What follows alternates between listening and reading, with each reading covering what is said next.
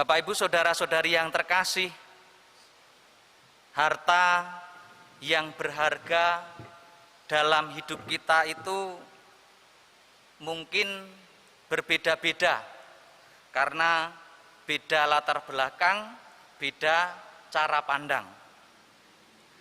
Menjalani kehidupan ini tentu masing-masing orang, masing-masing kita mempunyai keinginan yang berbeda-beda, pun kebutuhan yang berbeda-beda. Maka sering terjadi hal-hal yang tidak menentu seperti sekarang ini. Kehidupan sekarang ini sering terjadi tindakan kekerasan yang diakibatkan oleh banyak faktor. Misalnya karena harta, ada 3 orang anak yang menggugat orang tuanya. Karena kedudukan, menginginkan pangkat, orang rela menyingkirkan teman sendiri. Artinya, kenyataan bahwa orang sulit untuk menguasai diri dan tidak mampu lagi mengendalikan diri. Orang yang demikian itu adalah orang yang kehilangan visi atau tujuan utama dalam hidupnya. Jika orang-orang sekarang ini banyak yang seperti Salomo yang meminta kebijaksanaan, bukan harta, bukan kedudukan, bukan kehormatan, maka masyarakat pasti banyak yang sejahtera. Terjadinya kesenjangan sosial saat ini karena banyak orang yang tamak, orang yang kaya tetapi masih merasa miskin, sehingga masih saja merampas kekayaan orang lain. Atau orang yang miskin tetapi bergaya hidup mewah, sehingga menggali hutang di mana-mana. Maka dalam kehidupan kita saat ini yang paling diperlukan adanya orang-orang yang bijaksana, bukan orang-orang yang pandai saja. Bapak Ibu saudara-saudari yang terkasih, sebagai orang Katolik seharusnya kita sadar bahwa Yesus Tuhan tidak mengajak kita untuk menjadi manusia yang tamak, bukan menjadi orang yang berambisi untuk memiliki kedudukan, bukan juga gila hormat, karena kita telah menerima anugerah kebijaksanaan yang menjelma menjadi manusia, yakni Yesus Kristus, Sang kebijaksanaan ilahi. Kita diciptakan sebagai imago Dei, gambaran Allah, yang merupakan pancaran kebijaksanaan Allah. Dalam bacaan kedua disebutkan demikian, hikmat dan kebijaksanaan itulah yang menjadikan kita sebagai manusia takut akan Allah, yang kemudian mengarahkan pandangan kita kepada Allah. Hikmat yang dari Allah itulah yang akan mengalahkan kegeraman, yang akan mengalahkan kemarahan, yang akan mengalahkan ketamakan, yang akan mengalahkan dendam, yang mengakibatkan kekerasan. Hati yang dikuasai hikmat yang dari Allah akan mengenal apa yang paling berharga dan bermakna untuk hidup selanjutnya.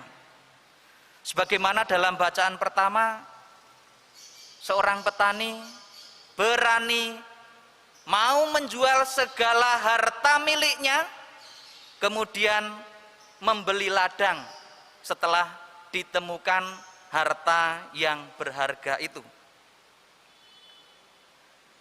Hati yang hikmat akan berfokus pada hukum kehidupan, hidup dalam kerajaan Allah.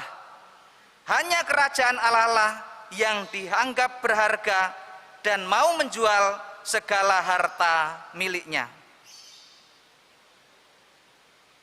orang yang hikmat dan bijaksana, kerajaan Allah menjadi visi atau tujuan utama bagi orang yang demikian. Orang yang hikmat dan bijaksana juga mempunyai pandangan untuk selalu mensejahterakan rakyatnya. Kepala keluarga yang bijaksana dan hikmat senantiasa mempunyai pandangan juga untuk mensejahterakan anggota keluarganya, istri dan juga anak-anaknya. Ibu-ibu yang hikmat dan bijaksana juga mengarahkan pandangannya bagaimana keluarganya juga merasakan sejahtera. Dengan segala usaha dan tanggung jawab itulah kita sebagai orang Katolik dipanggil dan diutus oleh Allah untuk mengikuti perjalanan Yesus sendiri. Imago Dei, menjadi serupa dengan Yesus Kristus, adalah panggilan kita sebagai orang Katolik. Menghayati hidup Yesus Kristus, itulah perutusan kita. Memeluk salib Yesus sebagai kebijaksanaan Allah, itulah yang paling perlu dalam hidup iman kita. Panggilan dan perutusan kita adalah mendapatkan kerajaan Allah dan menawarkan kepada siapa saja agar semua hidup dalam kerahimannya. Bukan setelah mendapatkan kerajaan Allah kemudian dipeluk erat-erat hanya untuk diri sendiri. Artinya di sini bagaimana kita sebagai orang Katolik memiliki tanggung jawab yang sama untuk memiliki keterlibatan bukan hanya dalam ruang lingkup stasi, tetapi juga ruang lingkup lingkungan kita masing-masing. Karena banyak pengalaman dari kami para romo, keluarga-keluarga yang baru, anggota keluarga yang baru minta pemberkatan rumah, setelah pemberkatan rumah selesai, ya sudah nggak nongol lagi. Nah ini menjadi tanggung jawab kita. Bukan hanya ketika kita mengharapkan sesuatu, menginginkan sesuatu, kita mengusahakan segalanya. Tetapi kalau tidak ada keuntungan dari kita, ya sudahlah, di lingkungan sebodok taing gitu kan, sebodok amat. Yang penting hari Minggu atau hari Sabtu ke gereja. Di luar itu di lingkungan masa bodoh. Ini menjadi permenungan kita sebagai orang Katolik. Karena keterlibatan kita harus dari bawah, bukan potong atas.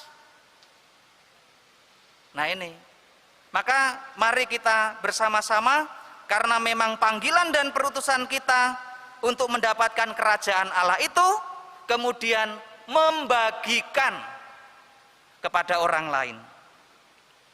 Menjadi harta yang berharga, menjadi mutiara, menjadi ikan yang baik, agar kita bisa dimasukkan ke dalam box, ke dalam kotak, dapat dinikmati oleh banyak orang, bukan ikan yang dibuang. Semoga kita senantiasa mengusahakan yang terbaik dalam hidup kita dan juga membagikan hal yang baik dalam hidup kita. Tuhan memberkati kita kini dan sepanjang segala masa. Amin.